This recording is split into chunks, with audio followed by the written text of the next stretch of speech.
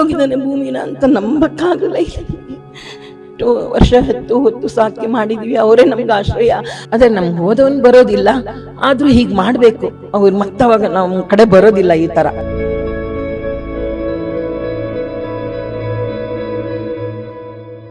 ಜಮ್ಮು ಕಾಶ್ಮೀರದ ಪಹಲ್ಗಾಮ್ನಲ್ಲಿ ಪ್ರವಾಸಿಗರ ಮೇಲೆ ದಾಳಿಯಾಗಿ 1 ವರ್ಷ ಪೂರೈಸ್ತಾ ಇದೆ. ಏಪ್ರಿಲ್ 22ಕ್ಕೆ 1 ವರ್ಷ ಪೂರೈಸ್ತಾ ಇದೆ. ಈ ನಡುವೆ ಈ ಒಂದು ದುರ್ಘಟನೆಯಲ್ಲಿ ಶಿವಮೊಗ್ಗ ಜಿಲ್ಲೆಯ ಮಂಜುನಾಥ್ ಅವರು ಕೂಡ ತಮ್ಮ ಪ್ರಾಣವನ್ನು ಕಳ್ಕೊಂಡಿದ್ರು. ಅವರ ಕುಟುಂಬಸ್ಥರು ನಮ್ಮ ಜೊತೆ ಇದ್ದಾರೆ, ಅದರಲ್ಲೂ ಕೂಡ ತಾಯಿ ನಮ್ಮ ಜೊತೆ ಇದ್ದಾರೆ. ನೇರವಾಗಿ ಅವ್ರನ್ನೇ ಮಾತಾಡಿಸ್ತೇನೆ. ಅಮ್ಮ, ಪಹಲ್ಗಾಮ್ನಲ್ಲಿ ದಾಳಿಯಾಗಿತ್ತು, ನಿಮ್ಮ ಮಗ ಕೂಡ ಪ್ರವಾಸಕ್ಕೆ ಹೋದವರು ಮರಳಿ ಮನೆಗೆ ಬರಲಿಲ್ಲ. ಹೌದು, ತುಂಬ ಶಾಕಿಂಗ್ ಆಯ್ತು ಅವತ್ತು. ಇದ್ದಕ್ಕಿದ್ದಂಗೆ ಬರ್ತೀನಿ ಅಂತ ಹೋದವನು ಬರಲ್ಲ ಅಂತ ಹೇಳ್ಕೊಂಡು ನಮ್ಗೆ ಏನು ನಂಬಲೇ ಇಲ್ಲ, ನನ್ನ ಮನಸ್ಸು ನಂಬಲೇ ಇಲ್ಲ. ಬರ್ತಾನೆ ಅಂತ ಎಷ್ಟು ನಂಬಕ್ಕೆ ಎಷ್ಟು ದಿನ ಬೇಕಾಗಿದೆ. ಅವನು ಇಲ್ಲ ಬರೋದಿಲ್ಲ, ಈ ಬಿಟ್ಟೋಗಿದ್ದಾನೆ ಭೂಮಿನ ಅಂತ ನಂಬಕ್ಕಾಗಲ್ಲ ಇಲ್ಲ ನನಗೆ. ಅಂತೂ ಈಗ ಹೆಂಗೋ ಇದೆ. ಆ ಒಂದು ದುರ್ಘಟನೆ ಆಗಿ 1 ವರ್ಷ ಆಯಿತು. 1 ವರ್ಷ ಆಯಿತು. ನಮಗೆ ದಿನಾಲೂ ನೆನಪು ಬರ್ತಾ ಏನಾದರೂ ಎಲ್ಲ ತಂದು ಕೊಟ್ಟು ಎಲ್ಲ ಮಾಡ್ಕೊಳ್ತಿದ್ದಾನ. ಈಗ ಬೇರೆಯವ್ರನ್ನ ಆಶ್ರಯಿಸ್ಬೇಕಲ್ಲ, ಬೇಜಾರಾಗತ್ತೆ. ಎಲ್ಲ ಅಂದರೆ ಮನೆಗೆ ಆಶ್ರಯ ಆಗಿದ್ದ ಮಗ ಆಗಿತ್ತು, ಬೇಜಾರಾಗತ್ತೆ ಇವಾಗ ಮಾತ್ರ. ನೋವಿನ ಅವರ ನೋವು ಅವ್ರು ಇಲ್ಲದೆ ಇರೋದನ್ನ ಹೇಗೆ ಸಹಿಸ್ಕೋತಾ ಇದ್ರಿ ನೀವು ಅಂತ? ಈಗ ಮಗನ ಮುಖ ನೋಡಿಕೊಂಡು ನಾ ಹೆಂಗೋ ಸಹಿಸ್ಕೋತಾ ಇದ್ದೀವಿ. ಪಾಪ ಅದಕ್ಕೂ ಬೇಜಾರಲ್ವಾ. ಅದು ಎಷ್ಟು ಚಿಕ್ಕ ವಯಸ್ಸಿಗೆ ತಂದೆ ಕಳ್ಕೊಂತಲ್ವಾ, ಆ ಮಗುಗೂ ಬೇಜಾರು. ಅದಾದರೂ ಓದಿನ ಮೇಲೆ ಗಮನ ಕೊಡ್ತಾ ಇದೆ, ಅದರಿಂದ ಅಡ್ಡಿ ಇಲ್ಲ. ನಾವು ಬಿಡಿ ಎಷ್ಟು ವರ್ಷ ಇರ್ತೀವಿ. ಆಲ್ರೆಡಿ 70 ವರ್ಷ ಆಗಿದೆ ನನಗೆ. ಪಾಪ ಅವರೆಲ್ಲ ಇನ್ನೂ ಕಷ್ಟಪಡಬೇಕಲ್ಲ, ಕಂಡುಬಿಡೋರು. ಅವ್ರ ಮುಂದೆನೇ ಈ ಥರ ಕಳ್ಕೊಂಡಾಗ ಅವ್ರಿಗೆ ಎಷ್ಟು ಸಂಕಟನ ಅವರ ಒಳಗಡೆ ಇಟ್ಕೋತಾರೆ. ಯಾರ ಹತ್ರ ತೋರಿಸ್ಕೊಳ್ಳಲ್ಲ ಮಾತ್ರ. ನಾವು ಕೂಡ ಯಾರಿಗೂ ತೋರಿಸ್ಕೊಳ್ಳಲ್ಲ, ನಮ್ಮ ಕಡೆ ನಾವು ಇಟ್ಕೊಳ್ತೀವಿ. ಅಂದರೆ ಒಂದು ಮಾತಿದೆ ಅಮ್ಮ, 10 ಮಕ್ಕಳಿದ್ರು ಸತ್ತ ಮಕ್ಕಳ ನೆನಪು ತಂದೆ ತಾಯಿಗಳಿಗೆ ಹೋಗಲ್ಲ ಅಂತ ಹೇಳಿ. ಆ ರೀತಿಯಾಗಿ ನಿಮ್ಮ ನೋವು ಇದು ಯಾವಾಗಲೂ ನಿರಂತರವಾಗಿ ಉಳ್ಕೊಂಡಿದೆ ಅಂತ? ಅದು ಯಾವಾಗಲೂ ಹೋಗೋದಿಲ್ಲ. ಅದು ಹೆಂಗೆ ಹೋಗುತ್ತೆ? ಅಷ್ಟು ವರ್ಷ ಹೊತ್ತು ಸಾಕಿ ಮಾಡಿದ್ವಿ, ಅವರೇ ನಮ್ಗೆ ಆಶ್ರಯ. ಅವ್ರು ನಮ್ಮನ್ನು ಸಾಕ್ತಾರೆ ನಮ್ಮ ಕಡೆ ಕಾಲಕ್ಕೆ ನಾವು ಅಷ್ಟು ಆಸೆ ಇಟ್ಕೊಂಡಿದ್ವಿ. ಅವು ಯಜಮಾನರು ಬಿಟ್ಟೋದ ಕೂಡಲೇ ಇವನೇ ನೋಡ್ಕೋತಾ ಇದ್ದ. ಎಷ್ಟು ಚೆನ್ನಾಗಿ, ಅಮ್ಮ ನೀನು ಅಪ್ಪ ಬಿಟ್ಟೋಗಿದ್ದಾರೆ, ನಿನ್ನ ನನ್ನ ಜವಾಬ್ದಾರಿ ಅಂತೆಲ್ಲ ಎಷ್ಟು ಹೇಳ್ತಿದ್ದ. ಔಷಧಿ ತಂದು ಕೊಡ್ತಿದ್ದ, ಗ್ಯಾಸ್ ಹಾಕ್ಸೋದು, ಇದು ಕರೆನ್ಸಿ ಹಾಕ್ಸೋದು ಎಲ್ಲ ಒಂದೇ ಕೆಲಸ ಆಗಿತ್ತು. ನಾನು ಆರಾಮಾಗಿರ್ತಿದ್ದೆ ಮನೇಲಿ. ನನ್ನ ಭಜನಾ ಮಂಡಳಿ ಉಂಟು, ಅಲ್ಲಿಗೆ ಹೋಗ್ಕೊಂಡು ಆರಾಮಾಗಿರ್ತಿದ್ದೆ ನಾನು. ಅಂದರೆ ದೇವರ ನಾಮ ಭಜನೆ ಇದಕ್ಕೆ ಹೆಚ್ಚು ತೊಡಗಿಸ್ಕೊಳ್ತಾ ಇದ್ದೀರಾ ಅಂತ? ಹೌದು. ಇಲ್ಲಿ ದೇವಸ್ಥಾನಗಳಿಗೆ ಹೋಗ್ತಿರೋದು? ದೇವಸ್ಥಾನಕ್ಕೆ ಹೋಗಲ್ಲ. ಇಲ್ಲಿ ನಮ್ಮ ಶುಭ ಮೇಡಮ್ ಅಂತ ಇದ್ದಾರೆ, ಅವರು ನನಗೆ ಭಜನೆ ಹೇಳ್ಕೊಡ್ತಾರೆ. ನಮ್ದೊಂದು ಟೀಮ್ ಇದೆ, ಎಲ್ಲ ಕಡೆಗೂ ಭಜನೆಗೆ ಹೋಗೋದು ಎಲ್ಲ ಮಾಡ್ತಾ ಇದ್ದೀವಿ. ಅಂದರೆ ನೋವನ್ನ ಮರೀಲಿಕ್ಕೆ ಒಂದಷ್ಟು ವೇದ ಕ್ಲಾಸಿಗೆ ಹೋಗ್ತೀವಿ. ಪಕ್ಕದಲ್ಲಿ ವೇದ ಕ್ಲಾಸ್ ಹೇಳ್ಕೊಡ್ತಾರೆ, ಅದು ಎಲ್ಲ ಕಲ್ತ್ಕೊಂಡಿದ್ದೀವಿ. ರೆಗ್ಯುಲರ್ ಆಗಿ ಸೋಮವಾರ, ಮಂಗಳವಾರ, ಬುಧವಾರ, ಶುಕ್ರವಾರ ಎಲ್ಲ ನಮ್ಮದು ಕಾರ್ಯಕ್ರಮ ಎಲ್ಲ ಇರುತ್ತೆ. ನಾವು ಮನೆಯಲ್ಲೇ ಮಾಡ್ಕೊತಿದ್ದೀವಿ. ಹೀಗೆ ದೇವ್ರ ಮೇಲೆ ಎಲ್ಲ ಅವನ ಮೇಲೆ ಡಿಪೆಂಡ್ ಮಾಡಿದ್ವಿ. ಏನಾರು ಹಾಲಲ್ಲಾದರೂ ಹಾಕು, ನೀರಲ್ಲಾದರೂ ಹಾಕು, ಹಿಂಗೆ ಮಾಡಿಬಿಟ್ಟಿಯಲ್ಲ. ಎಂತೆಂಥ ಜನರಲ್ಲೇ ಇರ್ತಾರೆ ಈ ಪ್ರಪಂಚದಲ್ಲಿ. ಇವನನ್ನು ಇಷ್ಟು ಬೇಕು ಕರ್ಕೊಂಡ್ಬಿಟ್ಟಿಯಲ್ಲ. ನಾನು ಕೆಲವೊಮ್ಮೆ ದೇವ್ರ ಮೇಲೂ ಬೇಜಾರಾಗತ್ತೆ. ಆದರೆ ಎಲ್ಲರೂ ಬಂದು ಹೇಳಿದ್ರು, ವಿಧಿ ನಿರ್ಣಯ, ಅದನ್ನೇನು ಚೇಂಜ್ ಮಾಡೋಕ್ಕಾಗಲ್ಲ ಅಂತೆಲ್ಲ ಹೇಳಿದ್ರು. ಎಲ್ಲರೂ ಬಂದರು. ಹೌದೇನೋ, ಹಿರಿಯರು ಹೇಳ್ದಂಗೆ ಹಿರಿಯರೆಲ್ಲ ಬಂದು ಹೇಳಿದರು. ಹಂಗೆ ವಿಧಿ ನಿರ್ಣಯ ದೇವರೇ ದೈವಾಧೀನ ಅಂತ ಹೇಳಿದರು, ವಿಧಿ ಅಧೀನ ಅಂತ ಹೇಳಿದರು.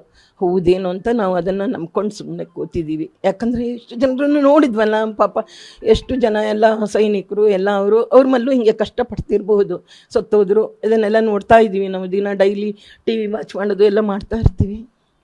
ಈಗ ಘಟನೆಗೆ 1 ವರ್ಷ ಆಯಿತು. ಆ ಒಂದು ಘಟನೆ ಆದ ಸಂದರ್ಭದಲ್ಲಿ ಕೇಂದ್ರ ಸರ್ಕಾರ ಒಂದು ಆಪರೇಷನ್ ಸಿಂಧೂರನ್ನು ಕೂಡ ಮಾಡ್ತು ಅಂತ. ಇಷ್ಟು ಬೇಗ ನ್ಯಾಯ ಸಿಕ್ತಲ್ಲ ಅಂತ ಒಂಚೂರು ಸಂತೋಷನೂ ಆಯಿತು. ಪಾಪ ಅಷ್ಟು ಮುತುವರ್ಜಿ ತೊಗೊಂಡು ಎಷ್ಟು ಸೈನಿಕರೆಲ್ಲ ಹೋಗಿ ನಮಗೋಸ್ಕರ ಕಷ್ಟಪಟ್ಟರು. ಲೇಡೀಸ್ ಇಬ್ಬರು ಹೋಗಿ ಕಷ್ಟಪಟ್ಟು ನಾವು ನೋಡಿದ್ವಿ. ಅದನ್ನೆಲ್ಲ ನೋಡಿದ್ವಿ, TV ವಾಚ್ ಮಾಡ್ತಾ ಇದ್ವಿ.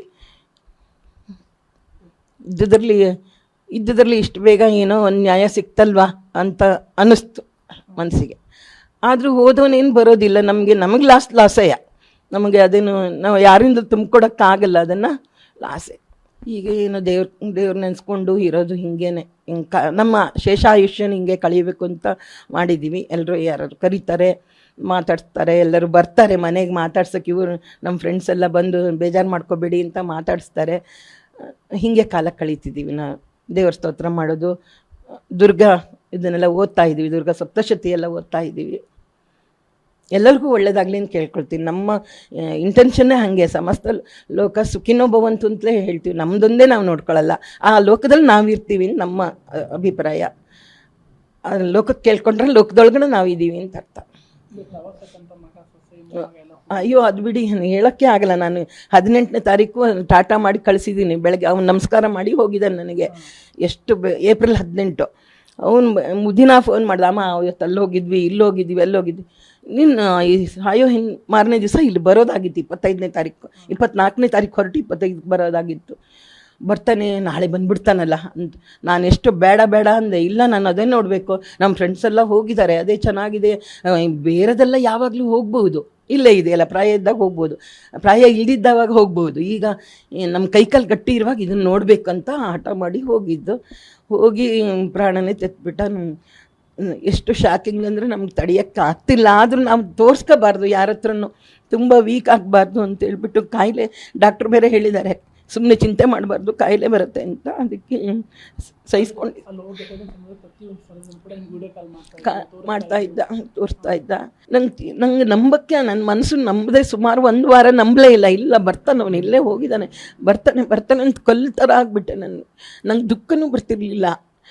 ಆಮೇಲೆ ನನಗೆ ನಿಧಾನ ವಸ್ತುಸ್ಥಿತಿ ಅರಿವು ಆಯಿತು, ನನಗೆ ಗೊತ್ತಾಯಿತು, ಇಲ್ಲ ಇನ್ನು ಬರಲ್ಲ ಅವನು, ಮುಗೀತು ಕತೆ, ಇಷ್ಟೇ, ಅವನು ನಮ್ಮ ಪಾಲಿಗಿಲ್ಲ ಅಂತ ಗೊತ್ತಾಯಿತು. ನಮ್ಮ ಹಿಂದೂ ಜನದಲ್ಲಿ ಲಾಸ್ಟಿಗೆ ಅವ್ರ ಪಿಂಡ ಹಾಕಬೇಕು ಅಂತ ನಮಗಿರೋದು, ತಂದೆ ತಾಯಿಗಳಿಗೆ.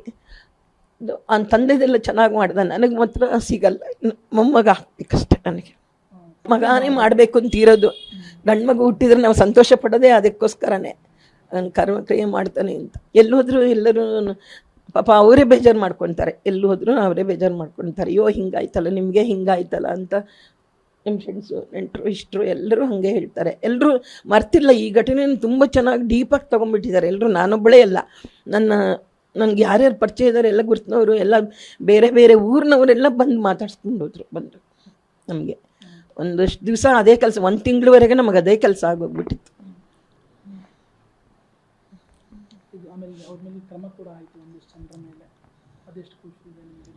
ಅದೇ ನಮ್ಗೆ ಹೋದವನು ಬರೋದಿಲ್ಲ, ಆದರೂ ಹೀಗೆ ಮಾಡಬೇಕು ಅವ್ರು, ಮತ್ತವಾಗ ನಮ್ಮ ಕಡೆ ಬರೋದಿಲ್ಲ ಈ ಥರ. ಈಗ ಅಂತೂ ಇನ್ನೂ ಸ್ಟ್ರಿಕ್ಟ್, ಒಂದು ಸೊಳ್ಳೆ ಸಹ ಬರೋಕ್ಕೆ ಬಿಡ್ತಿಲ್ಲ. ನಾನು ಟಿ ವಿಲಿ ವಾಚ್ ಮಾಡ್ತಾ ಇದ್ದೀನಿ, ನೋಡ್ತಾ ಇದ್ದೀನಿ. ನಮ್ಮ ಸೈನಿಕರು ತುಂಬ ಚೆನ್ನಾಗಿ ವರ್ಕ್ ಮಾಡ್ತಾ ಇದ್ದಾರೆ ಅಲ್ಲಿ. ಅಂದರೆ ಎಲ್ಲರೂ ಏನೋ ಒಂದು ಖುಷಿಗೋಸ್ಕರ ಹೋಗಿತ್ತು, ಈ ರೀತಿ ಆದಾಗ ಒಂದು ನಂಬಿಕೆಗಳನ್ನು ಕಳ್ಕೊಳ್ಬೇಕಾಗುತ್ತೆ ಅಂತ, ಆ ಥರ ಆಗುತ್ತೆ. ಎಲ್ಲರೂ ಬಂದವರೆಲ್ಲ ಹೇಳ್ತಾರೆ, ನಾವು ಹೋಗ್ಬೇಕು ಅಂತಿದ್ವಿ, ನಾವು ಹೋಗಬೇಕು. ಆದರೆ ಹೋಗೋದು ಬೇಡ ಅಂತ ಬಿಡೋ ಹಾಗೂ ಇಲ್ಲ, ಅದು ಹೊರಟೋಗ್ಬಿಡುತ್ತೆ, ನಮ್ಮ ಕೈ ಜಾರು ಹೊರಟೋಗ್ಬಿಡುತ್ತೆ ಕಾಶ್ಮೀರ ಅನ್ನೋದು. ಅದಕ್ಕೆ ನಾನು ಹೇಳ್ತೀನಿ, ಇಲ್ಲ ಹೋಗಿ, ಈಗ ಸೆಕ್ಯೂರಿಟಿ ತುಂಬ ಚೆನ್ನಾಗಿದೆ, ಹೋಗಿ ಬನ್ನಿ. ನಾನು ಅವ್ರಿಗೆ ನಿನ್ನೆ ಒಬ್ಬರು ಬಂದವರು ಹೇಳ್ತಿದ್ರು, ನಾನು ಬುಕ್ಕಿಂಗ್ ಮಾಡ್ಕೊಂಡಿದ್ದೆ, ಕಡೆಗೆ ಬೇಡ ಅಂದರು ಮನೆಯವರು ಅಂತ ಹೇಳಿದ್ರು. ನಾ ಇಲ್ಲ ಹೋಗಬೇಕು, ನಮ್ಮ ಕೈ ಜಾರೋಗುತ್ತೆ ಅಂತ ಹೇಳಿದ್ದೀನಿ. ಅದನ್ನು ಮೊದಲಿನ ಸ್ಥಿತಿ ಇಲ್ಲ, ಈಗ ಸೆಕ್ಯೂರಿಟಿ ಎಲ್ಲ ಚೆನ್ನಾಗಿದೆಯಂತೆ. ಆದರೆ ಏನೋ ಗೊತ್ತಿಲ್ಲ, ಈ 22ಕ್ಕಿಂತ ಹಾಕಿ ಸೆಕ್ಯೂರಿಟಿ ಎಲ್ಲ ಹಾಕಿದ್ದೀವಿ ಅಂತ ಬರ್ತಾಯಿತ್ತು ನಿನ್ನೆ ಟಿ ವಿಯಲ್ಲಿ ನೋಡಿದೆ. ಮುಖ್ಯವಾಗಿ ಮಂಜುನಾಥ್ ಅವರ ತಾಯಿಯ ಮಾತು ಅಂದರೆ, ನಮ್ಮ ಮಗನನ್ನು ಕಳ್ಕೊಂಡು ನೋವು ನಿರಂತರವಾಗಿದೆ, ಅದನ್ನು ಮರೀಲಿಕ್ಕೆ ಸಾಧ್ಯ ಇಲ್ಲ. ಆದರೂ ಕೂಡ ದೇವರ ಭಜನೆ ಏನಿರ್ಬೋದು, ಒಂದಷ್ಟು ಕೆಲಸಗಳನ್ನು ಮಾಡ್ತಾ ಇದ್ದೇನೆ. ಅದರ ಜೊತೆಗೆ ಕೇಂದ್ರ ಸರ್ಕಾರ ಅದರಲ್ಲೂ ಕೂಡ ಆಪರೇಷನ್ ಸಿಂಧೂರ್ ಮೂಲಕ ತ್ವರಿತವಾಗಿ ನ್ಯಾಯ ಕೊಡೋ ಕೆಲಸವನ್ನು ಮಾಡಿದ್ರು. ನನ್ನ ಮಗ ಇಲ್ದಿದ್ರು ಕೂಡ ಒಂದಷ್ಟು ನೋವು ದೂರ ಮಾಡೋ ಕೆಲಸವನ್ನು ಆ ಒಂದು ಆಪರೇಷನ್ ಸಿಂಧೂರ್ ಮಾಡಿದೆ ಅನ್ನೋ ಮಾತನ್ನು ಅವರ ತಾಯಿ ಸುಮತಿ ಅವರು ಹೇಳ್ತಾ ಇರುವಂಥದ್ದು. ಕ್ಯಾಮ್ರಾ ಪರ್ಸನ್ ಸತೀಶ್ ಜೊತೆ ನವೀನ್ ಪುರ್ದಾಳ್, ಪಬ್ಲಿಕ್ ಟಿವಿ, ಶಿವಮೊಗ್ಗ.